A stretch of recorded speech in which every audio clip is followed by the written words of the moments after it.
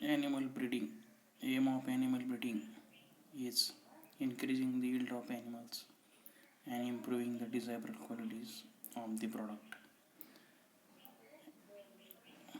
प्राणी संकरण यामध्ये महत्त्वाचा मुद्दा जो आहे की प्राण्यांचं संकरण का करायचं, तर यामध्ये काही डिझायरेबल प्रॉडक्ट्स जे आहेत, मिल्क असेल किंवा मीठ, त्याचं प्रोडक्शन वाढवण्यासाठी आपण ॲनिमल ब्रीडिंग ही टेक्निक वापरतो आहे. आता यामध्ये ब्रीड म्हणजे काय, तर ब्रीड म्हणजे group of animals related by descent and similar in character like appearance, features, size and कन्फिगरेन्स.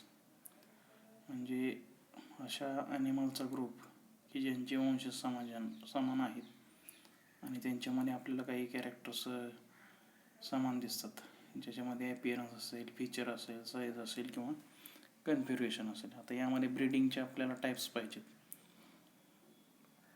ब्रीडिंगचा पहिला जो प्रकार आहे इनब्रीडिंग, याच्यामध्ये ब्रीडिंग जे केलं जातं ते क्लोज रिलेटेड इंडिव्हिज्युअल्समध्ये आणि ते 4 ते 6 जनरेशनपर्यंत त्या ठिकाणी ब्रीडिंग केलं जातं आहे. Breeding of close related individuals for 4 to 6 generation that increases homozygosity. By using inbreeding, pure lines of animals are obtained and harmful recessive genes are eliminated.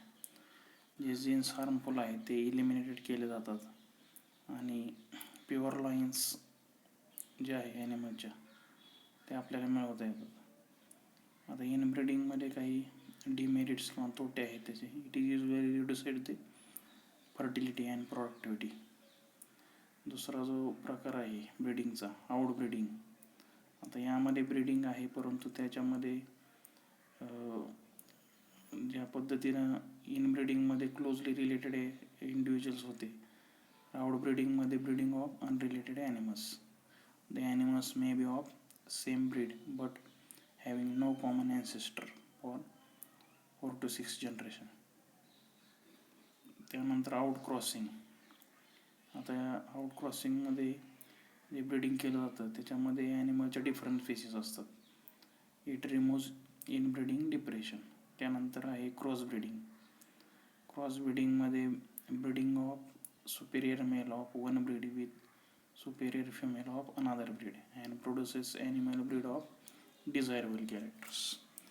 Cross ब्रीडिंगमध्ये ब्रीडिंग मार्फत डिझायरेबल कॅरेक्टर्स त्या ठिकाणी मिळवले जातात. त्याचं एक्झाम्पल आपल्याला सांगता येईल. Hisardale is a new breed of sheep. एक मेंढीची एक व्हरायटी आहे Hisardale, that is develop from crossing of Bikaneri ewe and merino rams in Punjab. त्यानंतरचा मुद्दा आहे interspecific hybridization. Breeding of animals of 2 different but unrelated species. त्याच्यामध्ये एक्झाम्पल आपल्याला सांगता येईल. Mule is a breed obtained from horse and donkey. त्यानंतर पुढचा मुद्दा आहे artificial insemination technique. Control breeding experiments in which semens from selected superior male is collected and preserve in frozen state or injected in to the female genital tract immediately. या ठिकाणी semen जे आहे ते collect आणि preserve केलं जातं आणि ते फ्रोझन स्टेटला ठेवलं जातं आणि injected in to the female genital immediately. It is useful to overcome the problem of normal mating and convenience of transportation. त्यानंतर MOET म्हणजेच मल्टिपल ओव्ह्युलेशन एम्ब्रिओ ट्रान्सफर. याच्यामध्ये आपण हायब्रिड्स प्रोड्यूस करतो. In this method cow is administered with follicle stimulating hormone to induce follicular maturation and then superovulation is brought. In each cycle 6 to 8 eggs mature simultaneously. The cow is either mated with elide wood or artificially inseminated. The blastocysts at 8 to 13 cell stage are recovered non-surgically and transferred to the surrogate mother. This technology is successfully used in cattle. sheeps, त्यानंतर rabbits, buffaloes etcetera. High milk yielding breeds of female and high quality meat yielding bulls have been found successfully to increase herd size in a short period. तर या ठिकाणी MOET टेक्निकमध्ये hybrids produce केले जातात.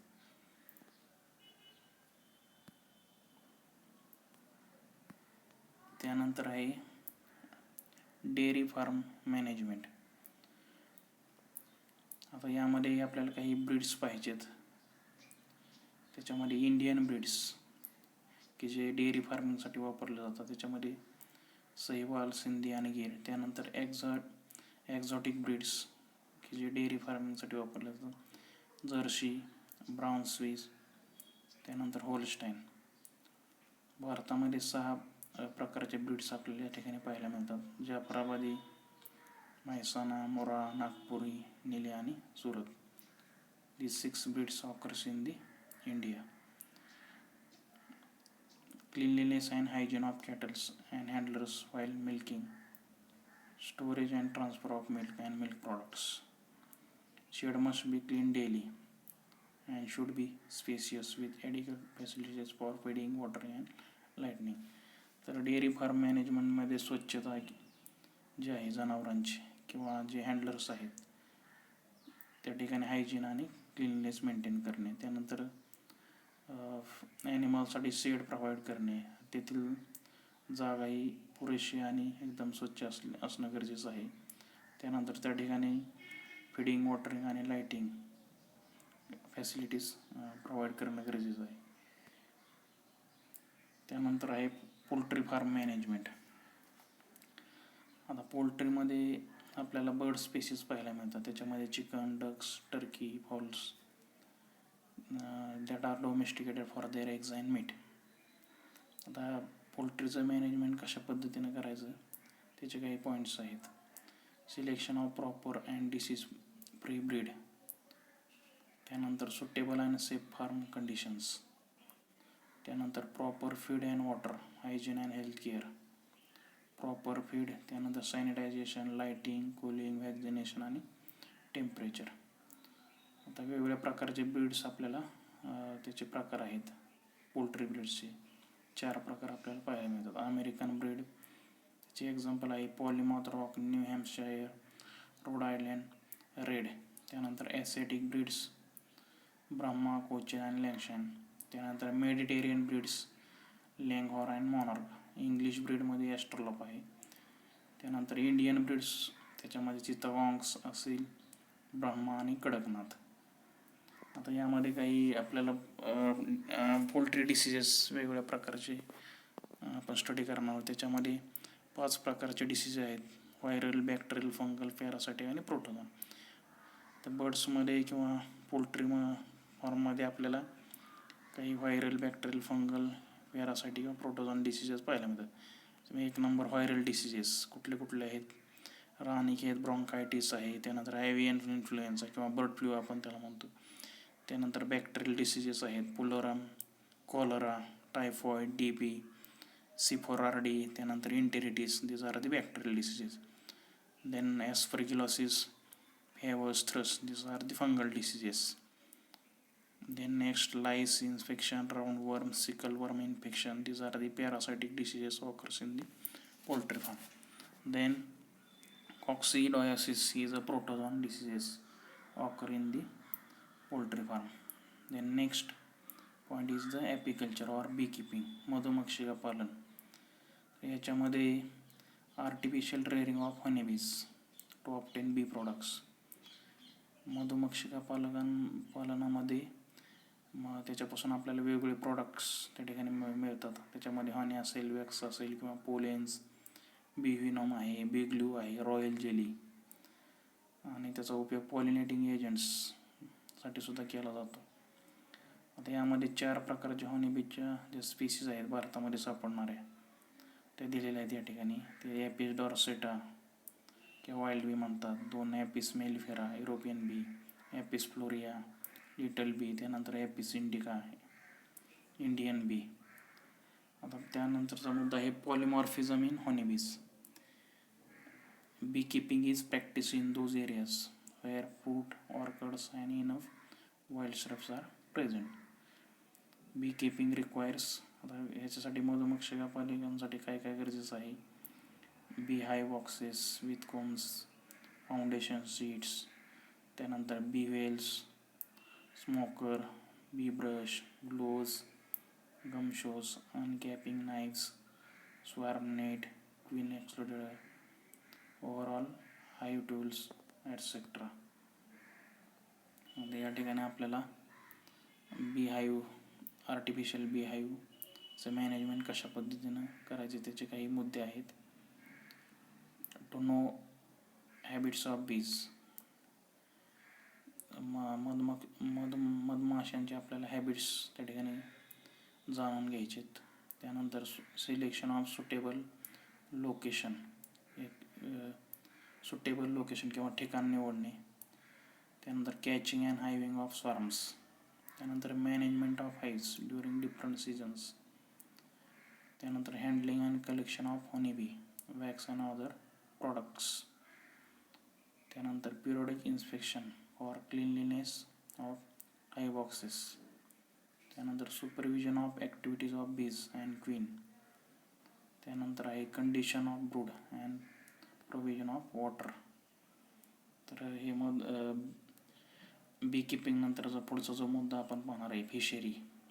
फिशरीमध्ये किंवा मासेमारी आपण म्हणतो त्याच्यामध्ये कॅचिंग, प्रोसेसिंग किंवा फिश फार्मिंग आणि मार्केटिंग ऑफ फिशेस हे मुद्दे येतात. त्याच्यामध्ये डिव्हिजन ऑफ फिशरी आहेत, इनलँड फिशरी, मराइन फिशरी. त्यानंतर ईश्वरन फिशरी. ईश्वरी म्हणजे असं ठिकाण की ज्या ठिकाणी आपण रिव्हर्स मीट्स दी सी, त्याला ईश्वरी म्हणतो.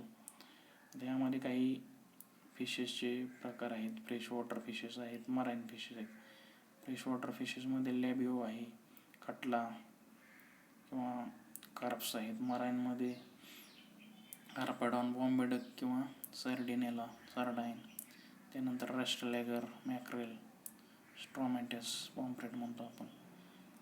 त्या ठिकाणी हे सर्व मराइन फिशेस आहेत. आता मेथड्स ऑफ फिश प्रिझर्वेशनमध्ये चिलिंग आहे, फ्रीजिंग, त्यानंतर फ्रीज ड्राईंग, त्यानंतर सन ड्राईंग, स्मोक ड्राईंग, सॉल्टिंग आणि कॅनिंग. आता फिशरीमध्ये कुठले कुठले आपल्याला प्रॉडक्ट्स मिळतात त्याची लिस्ट आहे. फिश ऑइल असेल, फिश मिल आहे, फर्टिलायझर्स आहेत, fish गॉनो, fish glue, isinglass. These are the products which are widely used in paints, soaps, oils and medicine. Prawn and lobster have market value all over the world. Fishery नंतरचा मुद्दा आहे sericulture. आता यामध्ये sericulture is a rearing of silkworm and production of silk. The best silk called mulberry silk is produced. Silkworm Bombyx mori, while Tassar silk and Iraq silk inferior quality आहेत. The quality and quantity of silk depend on the quality of mulberries on which the larvae feed.